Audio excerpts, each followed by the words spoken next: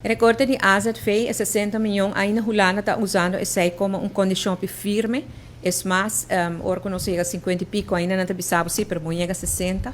Minister Dangue o Liberta preparando-se uma alternativa, um plano alternativo que está vai deliberar com o CFD proximamente, me que em fevereiro, para sobre den setor de salubridade, recorte de 5,5 tem ainda, o salário de trabalhador, especialista, etc. Eta 30 milhões florim, que men se vai stop esse, anteriormente se busca 20 para 30 milhões aqui de outro caminho. E agora que nada, não por visa exatamente de uma por saque. Então, me pedia também para seguir trabalhando aqui, chega num arreglo com o CFT, um acordo, para agora nós por começar a quitar o recorte que tem também de salubridade, em cuido.